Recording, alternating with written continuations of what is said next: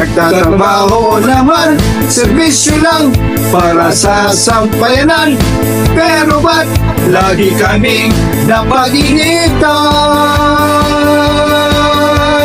Sabi nga ni Paring Jeff Rocks, wala kaming mga kwenta at silbi. Binusa daw na bit ang 15B. Hindi po kami mga kawatan, malinis ang puso at isipan, lalo na ang aming kalooban.